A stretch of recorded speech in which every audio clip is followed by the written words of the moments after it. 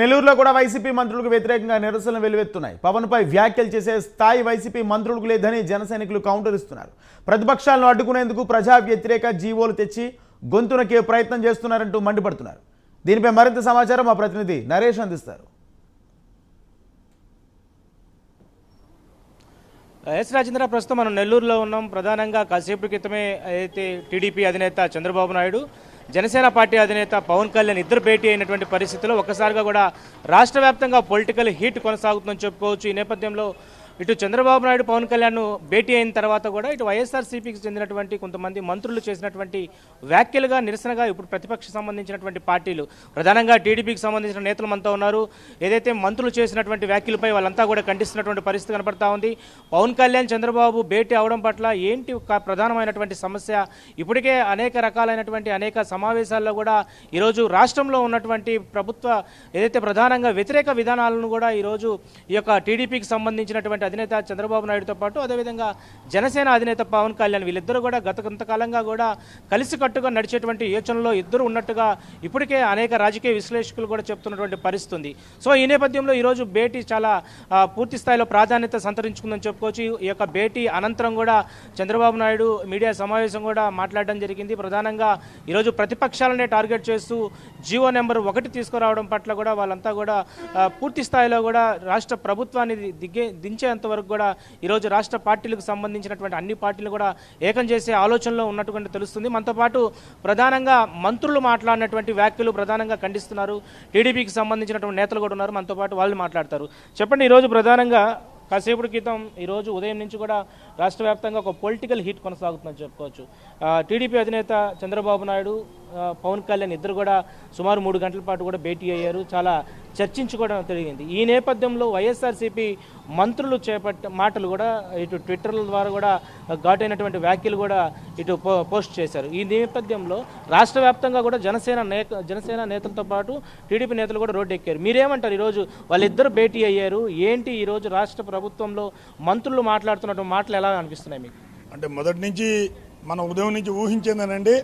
ఎందుకంటే రాష్ట్ర ప్రభుత్వంలో ఉన్నటువంటి మంత్రులందరూ ఒక ఆంబోతుల్లాగా, ఒక వీధి కుక్కల్లాగా పడతారనేది రాష్ట్ర ప్రజలు మరియు ఇతర ప్రతిపక్ష పార్టీలంతా ఆలోచించారు. ఎందుకంటే ఈ యొక్క ప్రజా వ్యతిరేక విధానాల్లో ఈ యొక్క ప్రభుత్వం ఏర్పాటు చేసి ప్రజల్ని ఇబ్బంది పెట్టే పరిస్థితులు ఉంది. కాబట్టి ఈ యొక్క ప్రభుత్వం సామాన్య ప్రజలకు ఇబ్బంది పెడుతుంది. కాబట్టి మొదటి నుంచి కూడా ఈ యొక్క ప్రభుత్వం గద్దెదించేందుకు అన్ని రాజకీయ పార్టీలు ఏకమై ఈరోజు ఈ యొక్క వైసీపీ ప్రభుత్వాన్ని గద్దెదించాలని ప్రయత్నం. మొదటి నుంచి కూడా పవన్ కళ్యాణ్ గారు ఒకటే స్టాండ్ మీద ఉన్నారు. ఎందుకంటే ఈ యొక్క ప్రభుత్వం ప్రజలకు పక్షపాతిగా కాదు, ప్రజలను భిక్షించే విధంగా ప్రయత్నిస్తుంది. కాబట్టి ఈ యొక్క ప్రభుత్వం గద్దెదించే వరకు నేను నిద్రపోనంటున్నాడు. మొదటి నుంచి కూడా ప్రభుత్వ వ్యతిరేకత ఓటుని చీల్చనివ్వకుండా ఎటువంటి రాజకీయ పార్టీతోనో మేము కలిసి పోరాడతామని చెప్పేసి మొదటి నుంచి పవన్ కళ్యాణ్ గారు ఉన్నారు.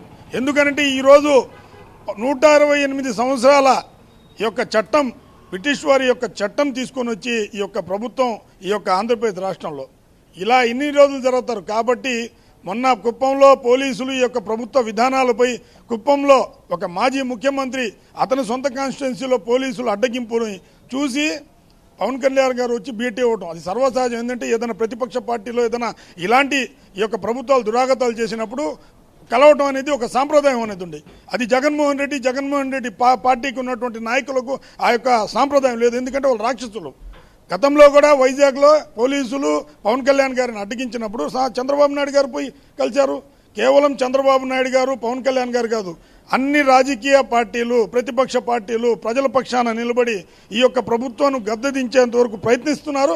అది 100% పక్క. ఎందుకంటే వీళ్ళు ప్రభుత్వం మీద నమ్మకం ఉంటే వీళ్ళు ఎందుకు అనవసరంగా ఊరుకుక్కల్లాగా పార్టీల మీద పడి ఏడుస్తూ ఉన్నారు?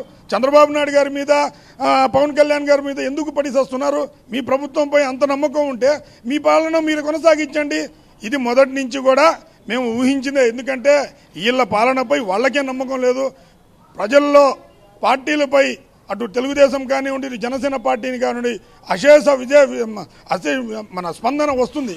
ఆ యొక్క స్పందనని చూసి ఓర్వలేక వీళ్ళ ప్రభుత్వం పడిపోయే పరిస్థితి ఆల్రెడీ డిసైడ్ అయిపోయి వాళ్ళు అనవసరంగా మాట్లాడుతున్నారు. నేను ఒకటే చెప్తున్నానండి, 168 సంవత్సరాల జీవోని జగన్మోహన్ రెడ్డి ఈరోజు భారతదేశంలో ఎక్కడ లేనటువంటి విధంగా ఆంధ్రప్రదేశ్ రాష్ట్రం తెచ్చాడు.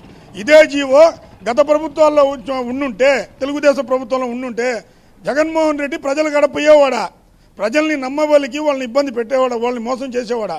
వీళ్ళ తండ్రి రాజశేఖర రెడ్డి ముఖ్యమంత్రి అయ్యేవాడా?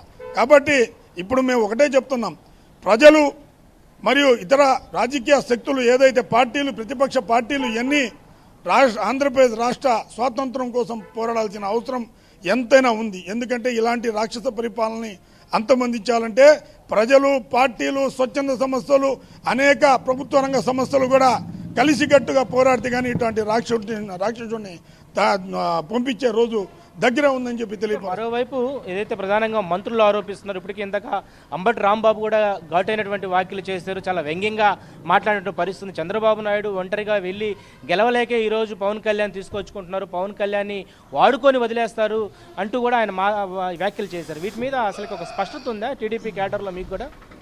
ఖచ్చితంగా ఉందండి. ఆయన పేరు అంబటి రాంబాబు కాదు, ఆంబోతు రాంబాబు. ఎందుకనంటే ఇదే అతనికి చివర ఎమ్మెల్యే పదవి కూడా. ఎందుకంటే జీవితంలో ఆ యొక్క సత్తెనపల్లి ఏదైతే ఆయన నియోజకవర్గం ఉందో ఆ నియోజకవర్గంలో ప్రజలు చెప్పులు తీసుకుని కొట్టే పరిస్థితి దగ్గర ఉండే. ఆయన నీటిపారుదల శాఖ మంత్రిగా ఉండి ఆయన ఏం చేశాడు, ఏం వరకు పెట్టాడు ఆయన నీటిపారుదల శాఖ? పోలవరం అంత పెద్ద ప్రాజెక్ట్ ఉంది, ఆంధ్రప్రదేశ్ రాష్ట్రానికి జీవనాడి, దాని గురించి మాట్లాడకుండా ఎంతసేపు ఆంబోతులాగా అవతల పార్టీ వాళ్ళ మీద చెప్పేది. నిజంగా అంబటి రాంబాబుకి వాళ్ళ పార్టీపై, వాళ్ళ ప్రభుత్వంపై అంత చిత్తశుద్ధి ఉంటే నువ్వు ప్రజలకు ఏం చేసావో చెప్పు. ఇది కాకుండా చంద్రబాబు నాయుడు గారి మీద, మరి పవన్ కళ్యాణ్ గారి మీద వ్యంగ్యాస్త్రం చేస్తే ప్రజలు కూడా అలాగే వ్యంగ్యంతో వీళ్ళని ఇంటికి పంపించే రోజులు చాలా దగ్గరలోనే ఉన్నాయి. మొదటి నుంచి చెప్తున్నాం, ఈరోజు పవన్ కళ్యాణ్ గారు ఒక మంచి సదుహృదయంతో, ఒక ఉన్నతమైన ఆలోచనతో ఆలోచించి రాష్ట్ర ప్రజల భవిష్యత్తు కొరకు, రాష్ట్ర ప్రజల యొక్క పడుతున్న బాధలు ఇవన్నీ ఆలోచించి చంద్రబాబు నాయుడు గారిని కలిసి 3 గంటలు సుదీర్ఘ చర్చలు కూడా జరిగి ఉండొచ్చు. 100% రాష్ట్ర ప్రజల ప్రయోజనాల కోసం వీళ్ళు పాటుపడతారని చెప్పేసి మా తెలుగుదేశం పార్టీ తరఫున మేము గట్టిగా మన పవన్ కళ్యాణ్ గారికి హ్యాట్సాప్ చెప్తున్నాం. మీరు చెప్పండి, ఈరోజు శివాచారి గారు ప్రధానంగా చంద్రబాబు పవన్ కళ్యాణ్ భేటీ అయ్యారు. ఈ నేపథ్యంలో కొంతమంది మంత్రులు చేసినటువంటి వ్యాఖ్యలు ప్రధానంగా చర్చకు దారితీస్తున్నాయి. మీరేమంటారు దీని మీద? నమస్కారం. ఈరోజు పవన్ కళ్యాణ్ గారు చంద్రబాబు నాయుడు భేటీని ఒక కలయికని, ఎక్కడ కలయిక అయిపోతారా, వీళ్ళని ఎట్లా, ఏ విధంగా వీళ్ళని విడదీయాలని చెప్పని ఆలోచన చేస్తున్నారు. ఈ అంబటి రాంబాబు మా సోదరుడు చెప్పినట్టు అంబట్టి కాదు, ఆంబట్టి రాంబాబు. ఈయనకు కావాల్సింది జగన్మోహన్ మెప్పు కావాలా, ఈయనకు కావాల్సింది ముడుపులు కావాలా. కేవలం ఇతను ముడుపుల అంబట్టి రాంబాబు. కాబట్టి ఈ రాక్షసులు, నేను ఒకటి అడుగుతున్నా, మా సోదరుడు చెప్పింది కుక్కలు కాదు, పిచ్చి కుక్కలు ఇవి. ఈ పిచ్చి కుక్కలకి ఒకటే పని, ఎవరిని కరద్దామా, ఎవరి మీదకి పోదామని ఆలోచన తప్ప రెండోది ఉండదు. నేను ఒకటి అడుగుతున్నా, సిగ్గుంటే, మీకు సిగ్గుంటే అమరావతిని నిర్మించండి, రాజధాని నిర్మించండి. ఈరోజు నీకు ఉండడానికి కొంప ఉంది. ఈరోజు ఈ ప్రజలకి ఎక్కడికి పోయి చెప్పుకోవడానికి రాజధాని ఉందని అడుగుతా ఉన్నా. మీకు సిగ్గు లేదు. పవన్ కళ్యాణ్, చంద్రబాబు నాయుడు వీళ్ళిద్దరే మీ టార్గెట్. ఎందుకంటే వీళ్ళిద్దరు కలవకూడదు, కలిస్తే మీకు భవిష్యత్తు లేదు. కాబట్టి అంబట్టి రాంబాబుకి, మరొక ఐటీ మంత్రికి, ఇద్దరికి నేను చెప్తా ఉన్నా, ఇంకొకరికి వైసీపీ నాయకులు మొత్తానికి చెప్తున్నా, మీకు సిగ్గు, శరం, మానం, మర్యాదలు ఉంటే ఈ రాష్ట్రంలో ఏం అభివృద్ధి చేశారో చెప్పండి, అంతేగాని మీరు వాళ్ళు కలుస్తున్నారు, వీళ్ళు కలుస్తున్నారు, మేము ఇంటికి పోతామని భయంతో ఈరోజు మాట్లాడేటువంటి పరిస్థితి ఉంది. నేను ఒకటే చెప్తున్నా, చంద్రబాబు నాయుడు గారు ముఖ్యమంత్రి కావడం ఖాయం. ప్రజలు స్వాగతిస్తున్నారు. మీరు కాదు, మీ నాయకులు కాదు, చంద్రబాబు నాయుడు కానీ పవన్ కళ్యాణ్ గారిని కానీ ప్రజలు స్వాగతిస్తున్నారు. ప్రజల్లోకి రండి. మీరు ఎక్కడ ప్రజలు వచ్చినా మిమ్మల్ని నోట్లో వస్తున్నారు. కాబట్టి మీరు భయపడి ఈరోజు జగన్మోహన్ రెడ్డి భజన చేయకపోతే రేపు మీకు టికెట్లు ఇయ్యరు. కాబట్టి జగన్మోహన్ రెడ్డిని మీరు పోయే ప్రయత్నం చేస్తున్నారు. ఒకటే చెప్తున్నా, పిచ్చి కుక్కలకి రాళ్ల దెబ్బ పడుతుంది. ప్రజలే మీకు శరణగీతం పాడబోతున్నారు. వైసీపీ నాయకులు అందరూ కూడా కనీసం సిగ్గుండాలా. Right, thank you Naresh.